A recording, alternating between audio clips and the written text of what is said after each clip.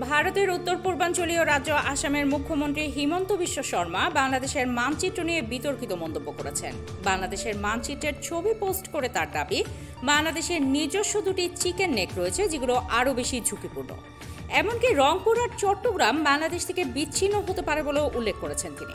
সামাজিক যোগাযোগ মাধ্যম এক্সে দেওয়া এক পোস্টে তিনি এই বিতর্কিত মন্তব্য করেন। সোমবার এক প্রতিবেদনে এই তথ্য জানিয়েছে ভারতীয় সংবাদ মাধ্যম এনডিটিভি।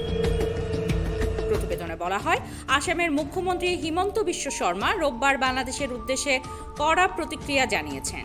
তিনি বলেন, যারা ভারতের চিকেন নেক করিডোর নিয়ে বারবার হুমকি দেন তাদের মনে রাখা উচিত বাংলাদেশের নিজস্ব দুটি চিকেন নেক রয়েছে যেগুলো আরও বেশি ঝুঁকিপূর্ণ।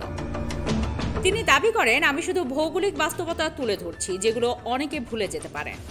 রোববার তিনি সামাজিক যোগাযোগ মাধ্যম এক্সে এই মানচিত্র প্রকাশ করে জানান, বাংলাদেশে রয়েছে দুইটি সংকীর্ণ করিডোর যেগুলো নিরাপত্তার দিক থেকে স্পর্শকাতর। যার প্রথমটি উত্তর বাংলাদেশ করিডোর।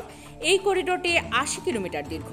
ভারতের দক্ষিণ দিনাজপুর জেলা থেকে শুরু হয়ে বাংলাদেশের রংপুর বিভাগের সঙ্গে সংযুক্ত দক্ষিণ পশ্চিম গারো হিলস পর্যন্ত বিস্তৃত।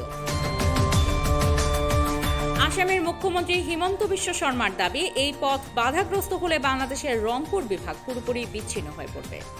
আর দ্বিতীয় করিডোরটি চট্টগ্রাম করিডোর বা দ্বিতীয় চিকেন নেক আরও ছোট, মাত্র ২৮ কিলোমিটার।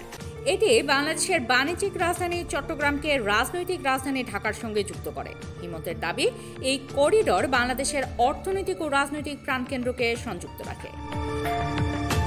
তিনি বলেন, ভারতের শিলিগুড়ি করিডোরকে যেমন ঝুঁকিপূর্ণ বলা হয়, ঠিক তেমনি প্রতিবেশী দেশের ভেতরেও রয়েছে এমন সংকীর্ণ করিডোর যা সহজেই বিচ্ছিন্ন হয়ে পড়তে পারে।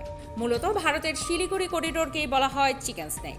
এটি মাত্র ২০ কিলোমিটার প্রশস্ত এবং পশ্চিমবঙ্গের শিলিগুড়িতে অবস্থিত। এই করিডোর দিয়ে ভারতের মূল ভূখণ্ড থেকে উত্তর পূর্বাঞ্চলের ৭টি রাজ্যে রেল ও সড়কপথে যোগাযোগ করা হয়। করিডোরটির উত্তরে নেপাল ও ভুটান আর দক্ষিণে বাংলাদেশ।